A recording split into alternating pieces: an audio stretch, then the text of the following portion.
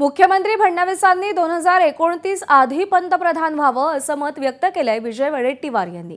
2029 नंतर त्यांना संधी मिळणार नाही असं विजय वडेट्टीवार म्हणाले।